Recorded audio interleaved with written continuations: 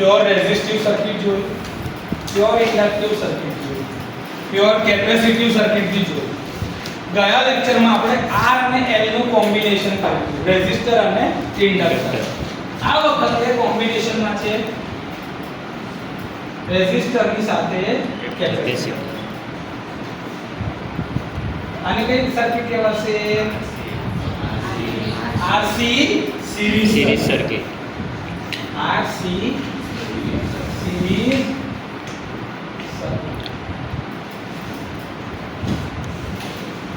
આ RC series circuit ની અંદરમાં આ સપ્લાય વોલ્ટેજ V છે, V ની વેલ્યુ છે Vm sin ઓમેગા t.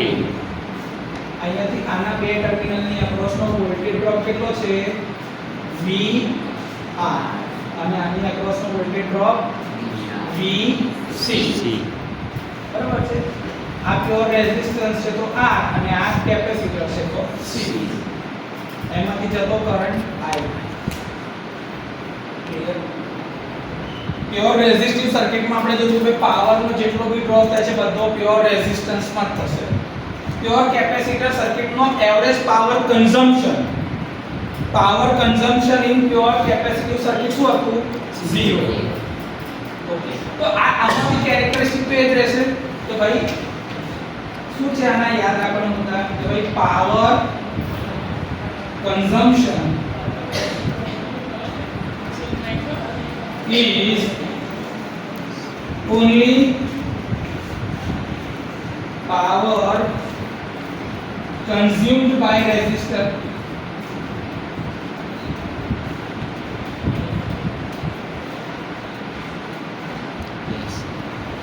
ઘરમાં ધારો કે 4 રોટલી બનાવીને મૂકી છે, એક જ જણ જમ્યો છે અને હવે જે રોટલી રાખી મૂકી તે ડબ્બાની અંદરમાં એકની રોટલી નથી, એનો મતલબ શું થયો?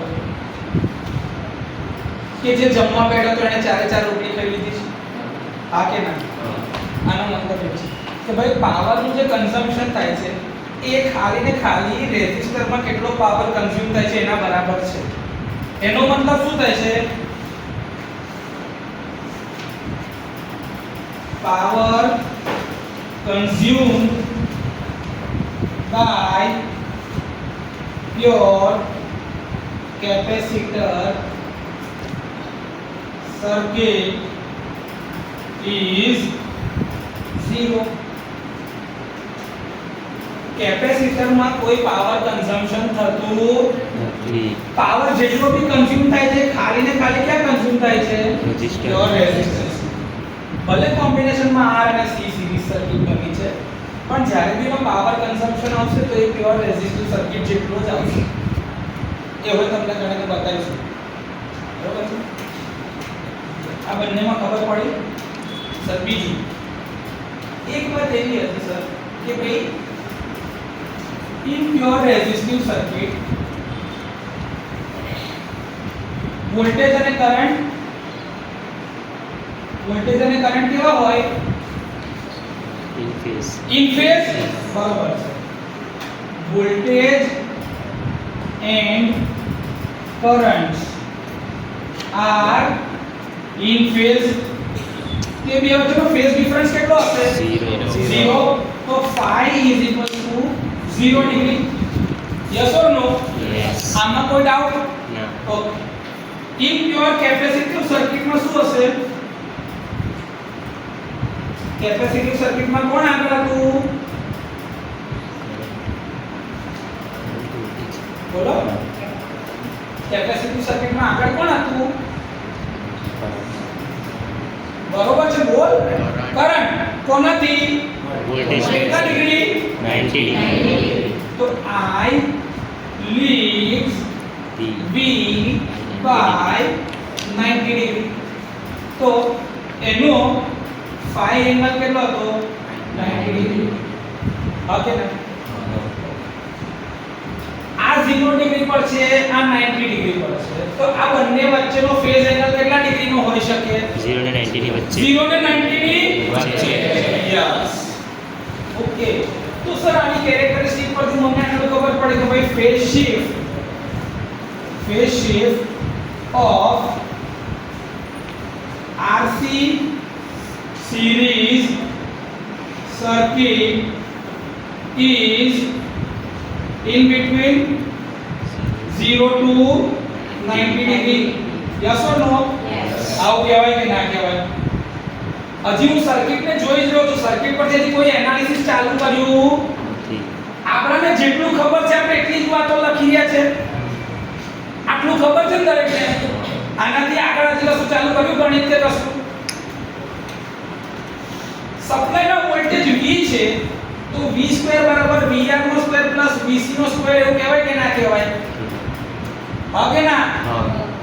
સર આ VR શું છે? Voltage drop across resistor. Voltage drop across resistor આવું કહેવાય કે ના કહેવાય? અને આ VC બરાબર શું છે? વોલ્ટેજ ડ્રોપ એક્રોસ કેપેસિટર અથવા તો પ્યોર કેપેસિટર જેમ કેવું હોય બધું ચાલે, કોઈ વાંધો નહીં. બરોબર છે? આ બંનેમાં ડ્રોપ થાય છે, બીજે કશે ડ્રોપ થતો તો મારા કે સપ્લાય વોલ્ટેજ V બરાબર VR² VC² નું અંડર રૂટ આયતા કોરોસન લાગશે ને બધે વેક્ટર ક્વોન્ટિટી છે. શું છે? આ વોલ્ટેજ ડ્રોપ VR બરાબર શું થાય તો કે I * R થાય. તો મારા તે આવું લખશે VR = I * R. અને VC બરાબર શું થાય? I * X. I * X. Done છે? X ની વેલ્યુ શું હતી? X = 1/2π FC. એટલે કે 1/2ωc. આટલું તો ખબર છે ને આ બધી વસ્તુઓ? આમાં કોઈ ડાઉટ છે? પાક્કું? આટલું લખ્યું. ભાઈ વોલ્ટેજ V = VR² VC². એટલે કે ભાઈ V = √VR² VC². VR ની જગ્યાએ શું મૂકશે? I * R² I * X². Magnitude ની જ વાત છે. હમણાં પ્લસ માઈનસ સિગ્નેચર કોઈ જગ્યાએ સાઇન ની જરૂર છે? આ ધારો માઈનસ છે તો માઈનસ નો સ્ક્વેર શું થઈ જશે? પ્લસ. તો મેગ્નીટ્યુડ પર એની કોઈ હમણાં અસર છે? હમણાં મેં કોઈ જગ્યાએ ડાયરેક્શન કીધી છે? ના. હમણાં ડાયરેક્શન વાળી વાત છે જ. હમણાં ખાલી ને ખાલી કોની વાત છે? મેગ્નીટ્યુડ. ઓકે. જ્યારે આપણે વેક્ટર ડાયાગ્રામ દોરીશું તો અહીંયા આગળ કરંટના રેફરન્સથી બી દોરી શકાય, વોલ્ટેજના રેફરન્સથી બી દોરાય. આપણે કરંટના રેફરન્સ પર એટલે દોરીશું કેમ કે ત્યાં આગળ આની સાઇન માઈનસ આવશે. એટલે કરંટ કરતા વોલ્ટેજ પાછળ છે કેપેસિટિવ સર્કિટમાં. તો એનો જે ઇમ્પિડન્સનો જે વોલ્ટેજ ડ્રોપનો જે આ કમ્પોનન્ટ હશે ને XC એ માઈનસમાં આવશે જો કરંટના રેફરન્સથી ડ્રો કરીશું ત્યારે. તો તે ટાઈમે અહીંયા આગળ સાઇન આપણે શું લગાડીશું? -x. પણ માઈનસ નો સ્ક્વેર કરીશું તો બે પ્લસ જ થઈ જશે. તો મેગ્નીટ્યુડ વાઇઝ કોઈ ફરક પડવાનો છે? તો હમણાં હું સાદું લખું તો ચાલે? ચાલે કે ના ચાલે? એટલે હમણાં સાદું લખ્યું છે. હજી ફેઝર ડાયાગ્રામ આપણે ડ્રો કરવાના બાકી છે, એ દોરીએ છીએ. I નો સ્ક્વેર કોમન છે તો બહાર નીકળે. તો આના મારાથી આવું કહેવાય I² R² XC². આવું રીતે અલગ કરાય કે ના કરાય? I ને હું બહાર કાઢું તો સ્ક્વેર ને સ્ક્વેર રૂટ એનું તો ઉડી જશે. તો V = શું થાય? I * R² XC² કહેવાય કે ના કહેવાય? તો મારે અગર કરંટ જોઈતો તો શું થાય? I = V / √R² XC². આ મારું કરંટનું મેગ્નીટ્યુડ થાય કે ના થાય? આટલે સુધી કોઈને ના ખબર પડી હોય તો કહો. મેં ખાલી જે આપણે આ જાણતા હતા એ જ વસ્તુઓની કિંમત અહીંયા આગળ મૂકી છે. આ બંનેની કિંમત જ મૂકી છે. કરંટનું ઇક્વેશન આપણે ડિરાઈવ કરેલું છે. તમે જાણતા હતા કે ભાઈ અહીંયા આગળનો જે કરંટ છે I = શું લખતા હતા?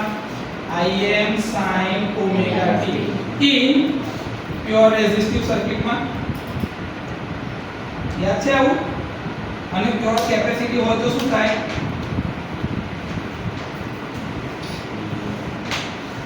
I is equal to Im sin omega t plus pi by 2. આવું ઇક્વેશન હતું. આ બંને ઇક્વેશન, આવા ઇક્વેશન તમે ઓલરેડી ડિરાઈવ કરેલા છે. એક પ્યોર રેઝિસ્ટિવ છે અને એક પ્યોર કેપેસિટર. આ શું બતા? પ્યોર રેઝિસ્ટિવ સર્કિટમાં આ બંને ઇન ફેઝ છે, ફેઝ ડિફરન્સ છે. અને પ્યોર કેપેસિટિવ સર્કિટમાં કરંટ આગળ છે વોલ્ટેજ કરતા કેટલા ડિગ્રી થી? તો ભાઈ પાઈ બાય 2 90 ડિગ્રી. જે તમે પેલી વાત લખીને હતી એ ઇક્વેશન ના ફોર્મમાં કર્યું છે, બીજું કંઈ નવું કર્યું. ક્લિયર છે આટલું? ઓકે. ફેઝર ડાયાગ્રામ દોરીએ જરાક આના, કે વેક્ટર ડાયાગ્રામ શું કહેવા માંગે છે આનો.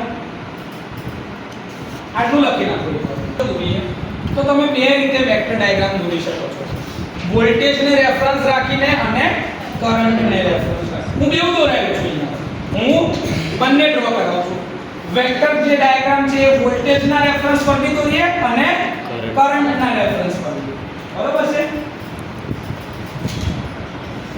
વોલ્ટેજ એઝ અ રેફરન્સ અને આ બાજુની સાઈડ પર શું દોરીશું?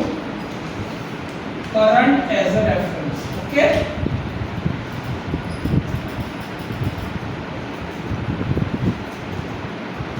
અત્યારે હું ખાલી વોલ્ટેજ ને રેફરન્સ લઈ રહ્યો છું, આ V. બરોબર છે?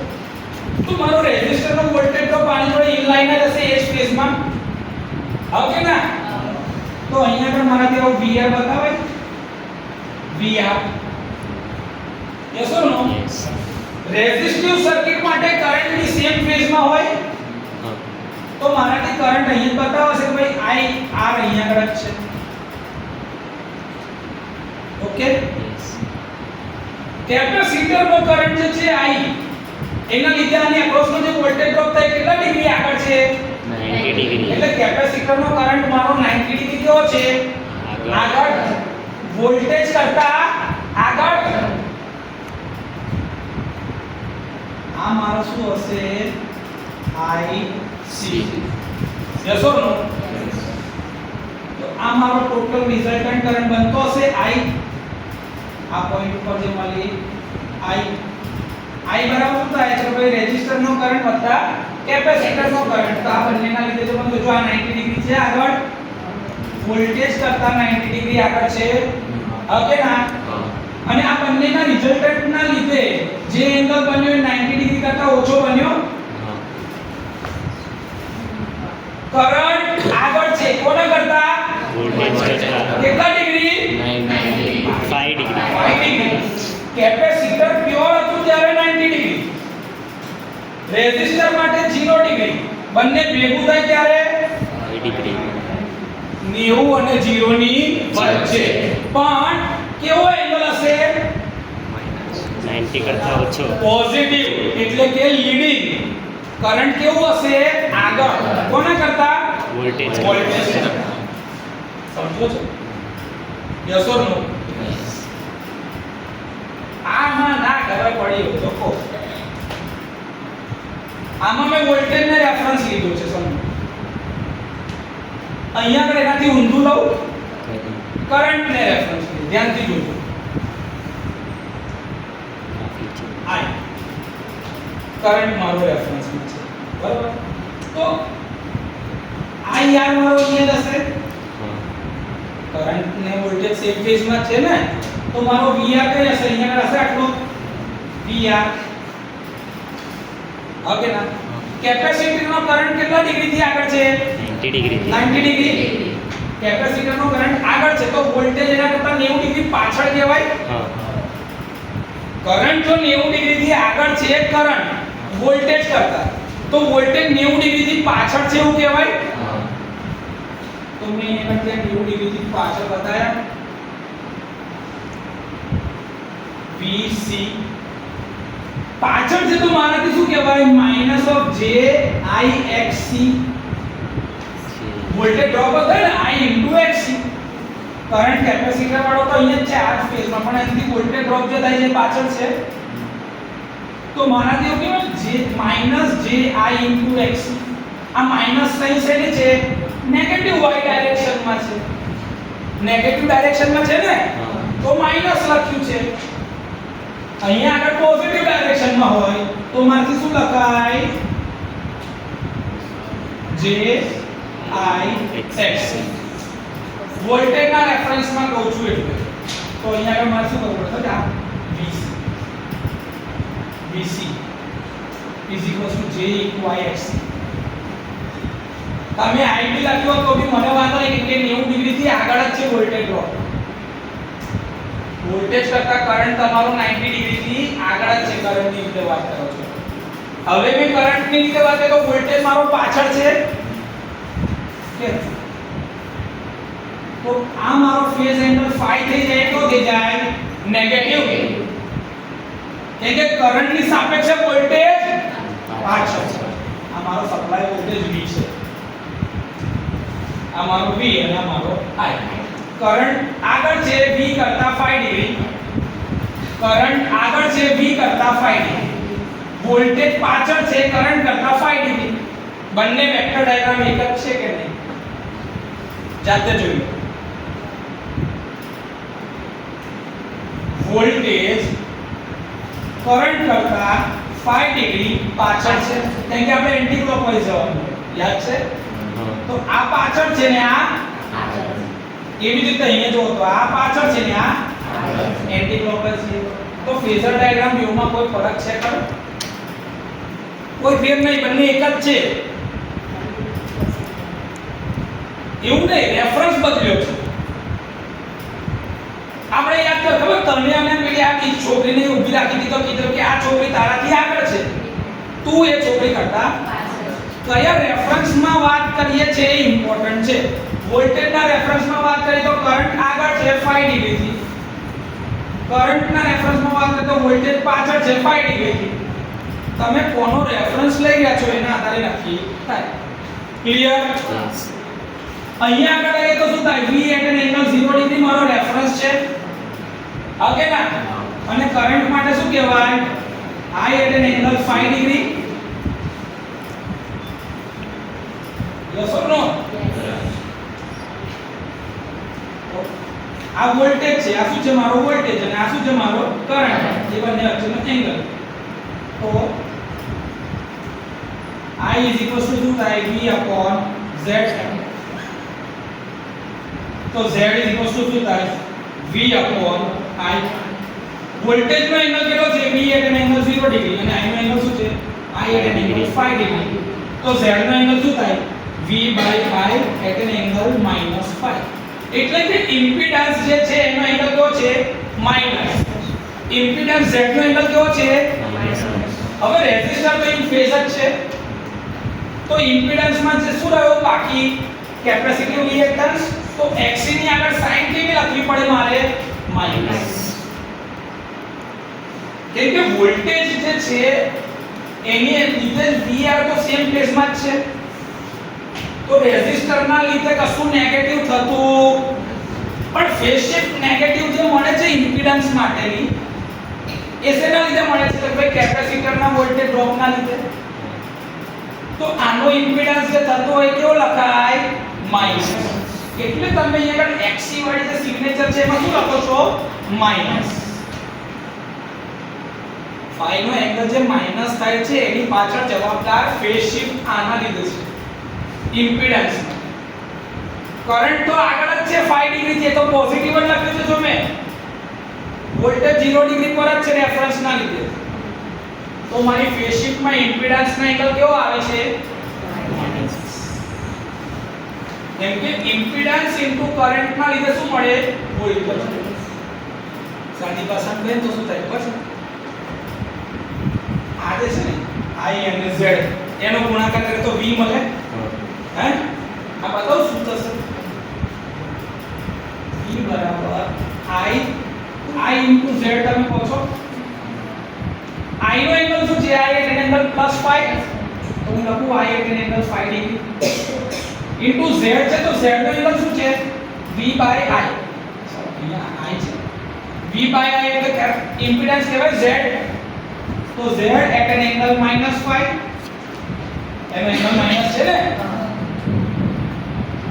I into Z ગુણાકાર અને એંગલનો સરવાળો phi minus phi 0 ડિગ્રી આવી ગયા, તો તમારો V at an angle 0 degree છે. એટલે તમે ઇમ્પિડન્સ ની અંદરમાં એંગલ ને શું બતાવો છો? માઈનસ. અને એટલે XC આગળની સિગ્નેચર શું છે? માઈનસ. મેં કીધું તું યાદ છે કે મેગ્નીટ્યુડમાં માઈનસ XC નો સ્ક્વેર જ થવાનો છે, તો માઈનસ નો સ્ક્વેર શું થઈ જશે? પ્લસ. એટલે જ્યારે આપણે મેગ્નીટ્યુડ ગણ્યું હતું ત્યારે એને અલગ સિગ્નેચર આપી. ક્લિયર? પણ એની સિગ્નેચર કઈ આવશે તો એની આગળ માઈનસ લાગેલું જ હશે. આની જરૂર ક્યારે પડશે ખબર છે? હમણાં LC સિરીઝ સર્કિટ જોઈશું ત્યારે XL માઈનસ XC, એટલે XL માં તો પ્લસ જ છે અને XC માં માઈનસ, તો બંને રિએક્ટન્સ એકબીજા જોડે શું કરશે? નલિફાઈ થવાની કોશિશ કરશે. એટલે XL માઈનસ XC આવું થશે. સિરીઝમાં ઇમ્પિડન્સનો સરવાળો જ થશે, પણ XL ની સાઇન કેવી છે? પોઝિટિવ, અને XC ની સાઇન કેવી છે? તો XL માઈનસ XC થશે. અમને LC સિરીઝ સર્કિટ જોઈએ છે ત્યારે પણ આ કન્સેપ્ટ ખબર હોવી જોઈએ. આ મગજમાં ઉતરે છે કે એની સાઇન કેમ માઈનસ આવશે? કેમ કે એનો ઇમ્પિડન્સ જે છે એ કેવો છે? નેગેટિવ. સર કરંટના રેફરન્સથી બતાવો. કરંટના રેફરન્સથી જોઈએ તો ધારો કે જો I શું છે? તો કે I at an angle 0 degree કહેવાય. ઓકે ના? તો V શું કહેવાશે? V at an angle -phi પાછળ છે, તે તો માઈનસ થઈ ગયો ને. હા, તમે Z કહો છો, Z બરાબર શું થાય? V by I. આ શું છે? V at an angle -phi, I at an angle 0 degree, તો શું થશે? V upon I at an angle થશે. V upon I at an angle -phi. બંને કેસમાં જવાબ સેમ આવે છે. તમે ચાહે વોલ્ટેજના રેફરન્સ પર ડ્રો કરો કે ચાહે કરંટના રેફરન્સ પર ડ્રો કરો, ઇક્વેશન તો બંનેના કેસમાં સેમ જ આવે. જો એ સેમ આવે તો આની સેમ જ આવશે. ખાલી અહીંયા તો છે I at an angle 0 અને અહીંયા આગળ V at an angle -phi, તો Z બરાબર શું થશે? V upon I, એટલે તમારો જવાબ જ આવશે. Z V by I એટલે Z at an angle -phi degree બનશે. તો આ એ બદલાયા જ કોઈ દિવસ ના. તમે આની અંદર બી જોતા હશો ને તો ભાઈ V શું થાય? I into Z, તો I નો એંગલ શું છે? I at an angle 0 degree અને Z એટલે Z at an angle -phi, તો શું બની ગયું? I into Z at an angle -phi. I into Z એટલે વોલ્ટેજ છે ને V at an angle -phi. શરૂઆત તમે કરી ત્યારે V at an angle -phi લખેલું હતું. આ એક છે. બંને કેસમાં તમારો જવાબ સરખો જ આવે. ખાલી અહીંયા કરંટ એઝ અ રેફરન્સ છે તો I at an angle phi degree positive. અહીંયા કરંટ એઝ અ રેફરન્સ છે તો વોલ્ટેજ નેગેટિવ આવશે. V at an angle -phi. Simple. જે રેફરન્સ હોય એ 0 ડિગ્રી પર હોય, એની સાપેક્ષે આગળ કે પાછળ નક્કી થાય છે. આવડે કે ના આવડે? પાકું લખી છે કેપેસિટિવ રિએક્ટન્સ ની. તો મારે આખો ઇમ્પિડન્સ લખવો હોય સિરીઝ સર્કિટમાં તો શું લખાય? R - jXC in ohms. Clear? કેમ કે XC કેવો છે? નેગેટિવ છે એટલે મેં માઈનસ લખ્યું. એ જગ્યાએ ઇન્ડક્ટિવ સર્કિટમાં શું લખતા હતા? R + jXL. યાદ છે? ગયા લેક્ચર લગીને આપણે જે લખ્યું છે R + jXL, પણ કેપેસિટિવ સર્કિટમાં શું લખીશું? RC સિરીઝમાં R - jXC. સર આનો વેવફોર્મ શું હશે? જો મેં તમને આગળ કીધું કે કરંટ જે છે એ વોલ્ટેજ કરતા 5 ડિગ્રી આગળ છે. કેટલા ડિગ્રી? 5 ડિગ્રી આગળ છે. V by Z at an angle 5 degree. Current જે છે તો મારું કરંટનું ઇક્વેશન શું બનશે? Im sin omega t plus phi. આવું બને કે ના બને? ક્લિયર? તો મારે અગર જો વેવ શેપ ડ્રો કરવો હોય તો મારો ડ્રો કરી શકું. આ મારો વોલ્ટેજ છે. શું છે? સ્મોલ v બરાબર Vm sin omega t. Current એના કરતા કેટલા ડિગ્રી આગળ છે? 5 ડિગ્રી. 5 ડિગ્રી આગળ છે તો એની પહેલા 0 થઈ જાય અહીં આગળ.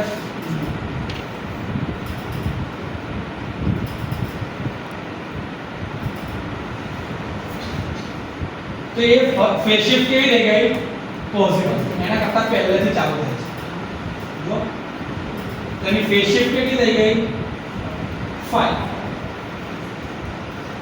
તો શું કહેવાય? આ મારો કરંટ છે. I Im sin omega t plus આગળ છે કોના કરતા? વોલ્ટેજ કરતા. કેટલા ડિગ્રી? 5 ડિગ્રી. ક્લિયર? કોઈ ડાઉટ? પાક્કું? આટલું ખબર પડી ગઈ છે?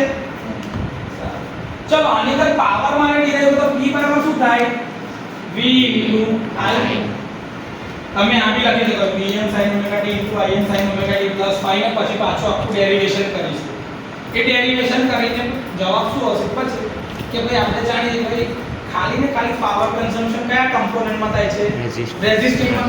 તો આપણે એ જાણીએ છીએ ને કે ભાઈ પાવર p શું થાય? I2 * R. જે જાણો છો એ સર એક્ચ્યુઅલી શું થાય ખબર? Power p = vi cos phi. યાદ છે? તો power p v * I * R/z. આના બરાબર શું કહેતા હતા? v બરાબર I * z * R * I/z. z ને z ખચાક તો શું બની જશે? I2 * R. p બરાબર તમારો I2 * R જ આવશે. સાદી રીતે કેમ કે હવે ઘણીવાર એનું એનાલિસિસ કરેલું છે અલગ અલગ રીતે. તો એનો જવાબ આ જ આવશે કે પ્યોર કેપેસિટિવ સર્કિટનો પાવર કન્ઝમ્પશન શું હતો? 0. રેઝિસ્ટિવ સર્કિટનો પાવર કન્ઝમ્પશન શું હતો? I2 * R. તો R અને C નો સરવાળો કરો તો જવાબ શું આવશે? સાદી ભાષામાં કહો તમારા ઘરમાં તમે 2 જણ જમવા વાળા છો. કેટલા? 2 જણ. પણ મમ્મીનો ઉપવાસ છે તો જેટલું જમવાનું હશે કોણ જમશે? તમે એકલા જ. આને તો ઉપવાસ છે, આ કશું ખાવાનું છે તો જેટલું જમવાનું મળે કોણ ખાવાનું છે? તો આનો જેટલો બી પાવર કન્ઝ્યુમ થતો હશે બધો પાવર કોણ થઈ ગયું? આ તમારું સિમ્પલ ડેરિવેશન છે. આટલું જ આવશે, બીજું કોઈ એક્સ્ટ્રા નહીં આવે. મેં બહુ સાદા એક્ઝામ્પલ થી તમને સમજાવ્યું કે જો પૈસાથી એક્ઝામ્પલ આપ્યું હોય તો જલ્દી ખબર પડે, ખાવાથી એક્ઝામ્પલ આપ્યું હોય તો જલ્દી ખબર. આ બે જ વસ્તુથી એક્ઝામ્પલ જલ્દી ખબર પડે છે. એટલે એકદમ સિમ્પલ સમજાય દીધું. આમાં કોઈ ડાઉટ હોય તો બોલો. તો લખી નાખો. ચલો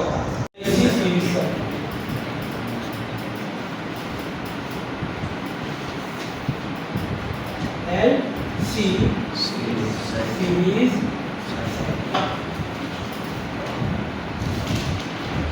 આ તમારું પ્યોર ઇન્ડક્ટર છે, આ તમારું પ્યોર કેપેસિટર.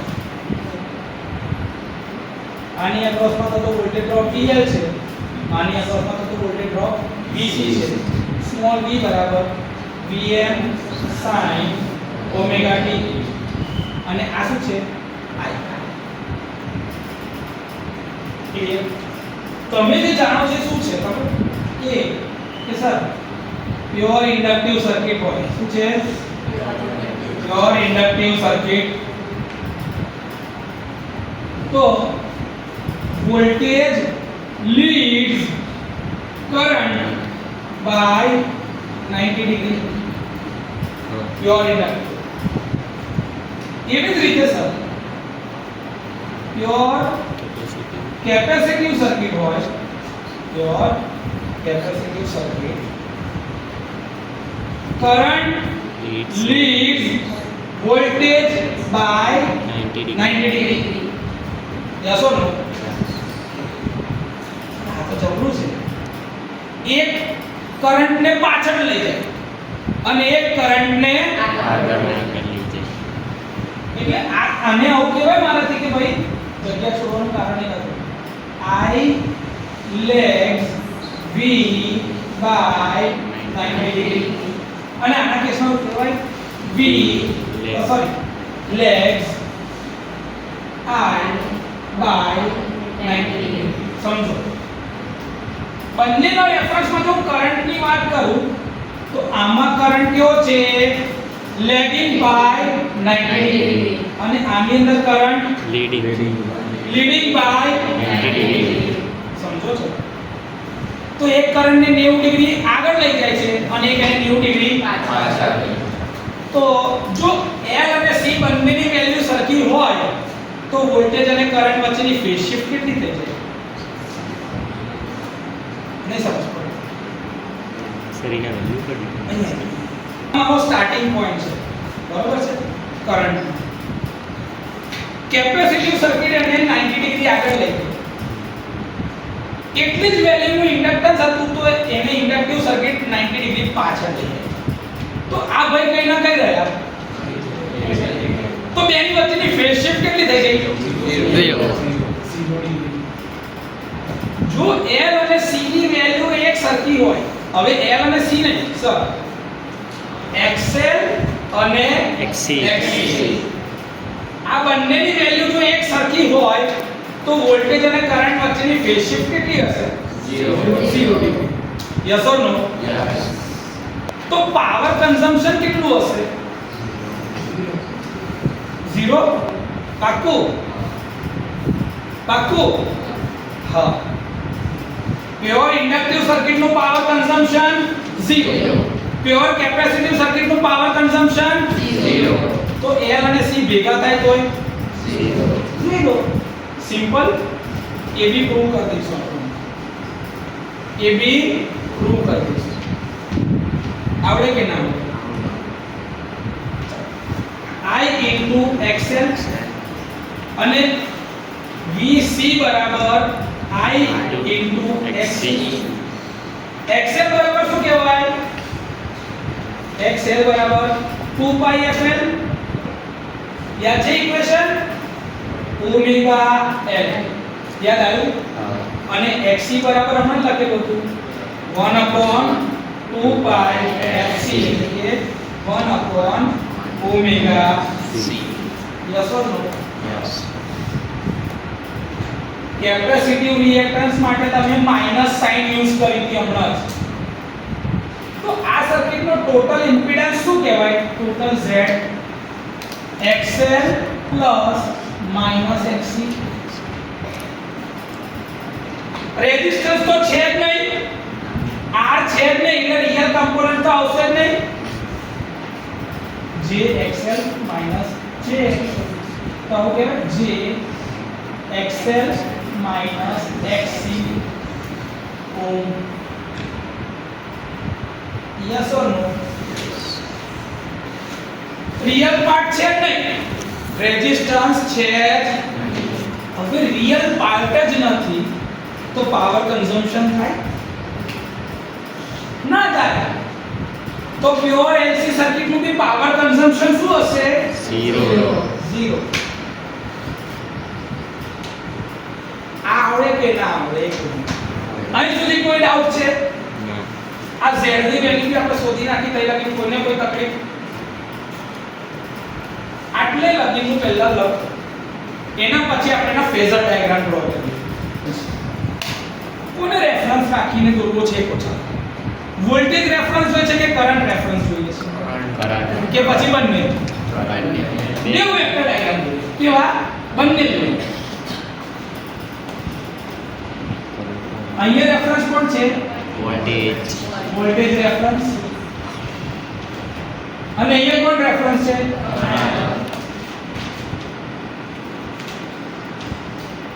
પરીક્ષામાં કોઈ બી એક જ રેફરન્સ યાદ રાખજો બધું ભેગું ના કરવા જતા હું બંને એટલે શીખવાડીશ જેમ કે બંને ઇમ્પોર્ટન્ટ છે કોઈને કરંટ રેફરન્સ વાળા વેક્ટર ડાયાગ્રામ ફાવતા હોય કોઈને વોલ્ટેજ રેફરન્સ વાળા ફાવતા હોય ચલો અહીંયા મારો રેફરન્સ વેક્ટર કયો છે વોલ્ટેજ V અને અહીંયા મારો રેફરન્સ વેક્ટર કયો છે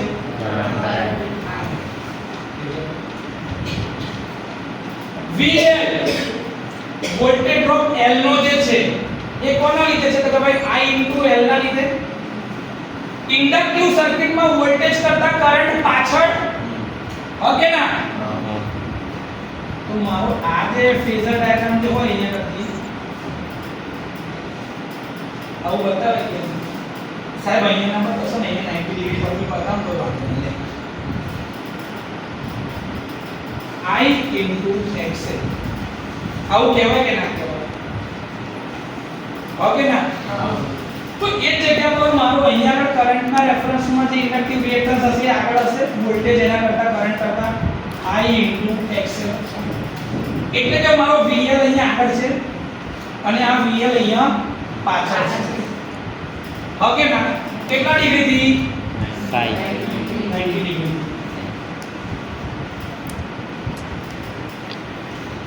વોલ્ટેજ કરંટ કરતા 90 ડિગ્રી આગળ છે ઇન્ડક્ટરમાં. કરંટ ઇન્ડક્ટરમાં વોલ્ટેજ કરતા પાછળ છે 90 ડિગ્રી. યસ ઓર નો? બંને એક જ કહેવાય? Sir capacitive circuit. તો કેપેસિટર નો જે કરંટ હશે એ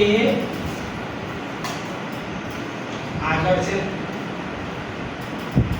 IXC. કેટલા ડિગ્રી થી? 90 degree 90 degree. Yes or no? Yes. તો એવી જ રીતે કેપેસિટર ની અંદર કરંટ આગળ છે વોલ્ટેજ કરતા તો IXC એટલે કે VC પાછળ છે 90 ડિગ્રી થી. હા કે ના? હવે હું કહું છું જો IXC અને IXL ના મેગ્નીટ્યુડ બંને સરખા હોય તો જવાબ કઈ આવી જશે? 0 પર. હા કે ના? એવી રીતે અહીંયા આગળ કઈ આવી જશે? 0. સમજો છો? તો એના માટે 0 પર આવવા માટે શું જરૂરી છે? XL - XC. જો XL બરાબર XC થાય તો XL - XC બરાબર શું થઈ જાય? 0.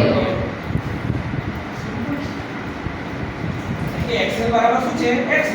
તો XL - XL બરાબર 0 થાય તો XC - XC બરાબર 0. ઓકે ના? 0 થઈ જાય તો આ શું થઈ ગયું? 0. તો કાં તો કરંટ 0 થઈ ગયો કાં તો વોલ્ટેજ. તો પાવર શું થઈ જશે? Voltage into current into cos phi.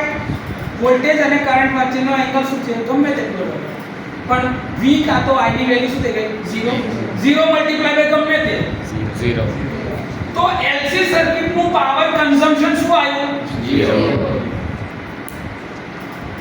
Yes or no? Yes. બંને વચ્ચેની ફેઝ શિફ્ટ કોણ નક્કી કરશે? XL - XC. જો XL વધારે તો સર્કિટનો નેચર કેવો હશે? ઇન્ડક્ટિવ. હા કે ના? XL વધારે છે XC કરતા તો સર્કિટનો નેચર કેવો હશે? ઇન્ડક્ટિવ. આવું યાદ. XL > XC તો સર્કિટ કેવી હશે?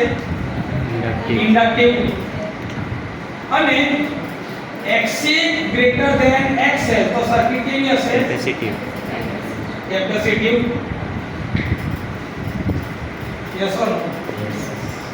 ઇન્ડક્ટિવ સર્કિટ હોય તો પ્યોર L સર્કિટ પ્રમાણે યાદ રાખવાનું કે ભાઈ voltage at an angle 0 degree અને current at an angle -5. Current પાછળ છે વોલ્ટેજ આગળ છે. કઈ સર્કિટ હોય તો? ઇન્ડક્ટિવ. અને કેપેસિટિવ સર્કિટ બને તો વોલ્ટેજ એટ એન એંગલ 0 તો I at an angle 5. Current આગળ છે વોલ્ટેજ કરતા કેટલા ડિગ્રી થી? 5 degree. Yes or no? Yes. એટલે સર્કિટ નો નેચર કયો છે? ઇન્ડક્ટિવ છે, કેપેસિટિવ છે કે ન્યુટ્રલ છે? ન્યુટ્રલ નો મતલબ શું? XL = XC. બંને એક સરખા હોય તો પ્રતીકને આપણે જેટલો આગળ લઈ ગયા એટલો જ પાછળ લાયા તો જવાબ શું થઈ ગયો? 0. નેટ રિઝલ્ટ 0 બને જ્યારે સર્કિટ ન્યુટ્રલ હોય એટલે કે XL = XC. આવું થશે ને ત્યારે RLC સિરીઝ સર્કિટમાં રેઝોનન્સ થશે. શું થશે? રેઝોનન્સ. શુક્રવારનું લેક્ચર સિરીઝ RLC સર્કિટનું resonance. Resonance in series circuit જે છે ને એ ત્યારે થશે. એટલે જેટલો બી પાવર તમે આલશો એ બધો રેઝિસ્ટન્સ ની અંદરમાં લોસ થશે. ક્લિયર? આમાં કોઈ ડાઉટ હવે હોય તો બોલો. LC સર્કિટમાં